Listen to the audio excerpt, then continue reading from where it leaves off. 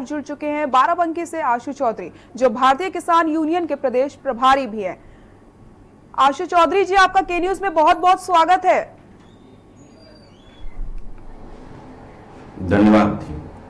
मेरा आपसे पहला सवाल यही है कि लॉकडाउन की वजह से किसानों और मजदूरों को जो दिक्कतें आई हैं उसके बारे में क्या कहेंगे आप?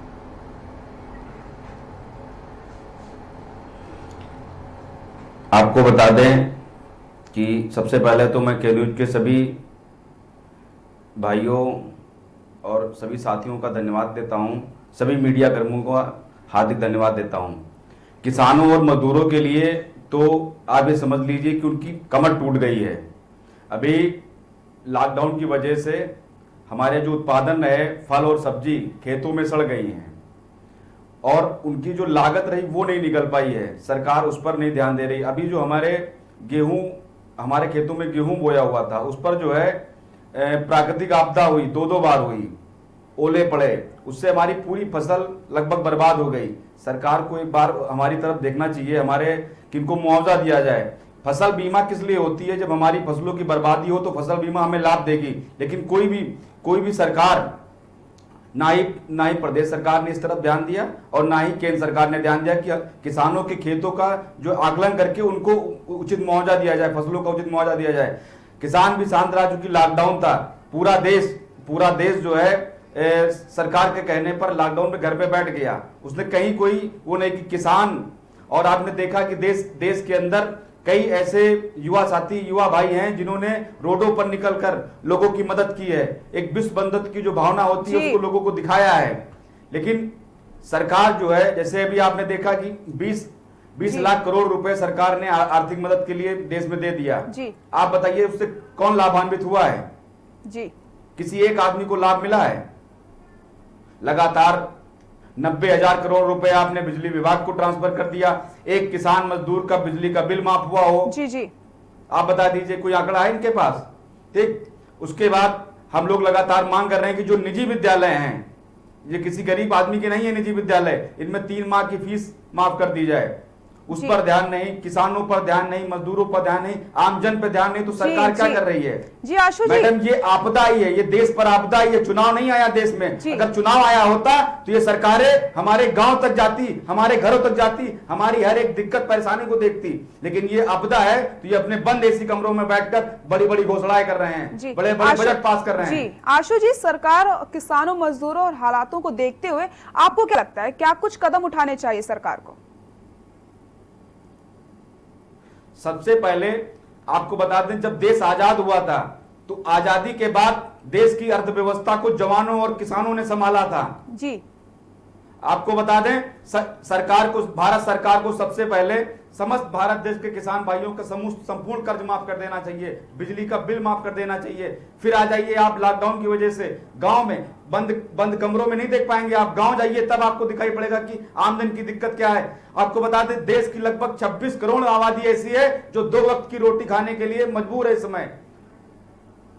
और आपको बता दें, जो जैसे अभी जो विद्यालय खुले हुए थे तो बहुत सारे गरीब बच्चे जिनको जो है स्कूलों में खाना मिलता था वो 2 रोटी से जो है दूर हो गए हैं। स्कूल खोलने की इनको सूझ नहीं आई। दारू की दुकान खोलनी जरूरी थी क्योंकि इनकी अर्थव्यवस्था, इनकी जेब खाली हो रही थी।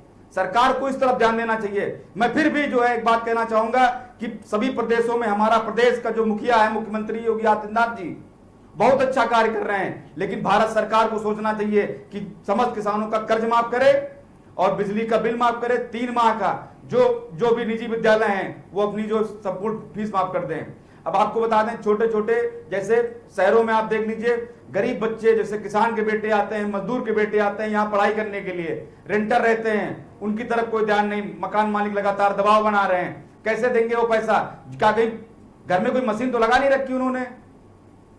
पैसा कहां से आएगा उनके पास? उस पर ध्यान दे। लेकिन कुछ ऐसे जो है मकान मालिक हैं जो रेंट पे निर्धारित हैं, तो उनसे हाफ पैसा ले लें। इस तरह की व्यवस्था करे सरकार। अब रही बात किसानों की, हमारी मांग थी शुरू से, हमारे संगठन, हमारे राष्ट्रीय अध्यक्ष ठाकुर भानु प्रताप सिंह ने एक मांग रखी थी, किसान आयोग का गठन कर दिया जाए।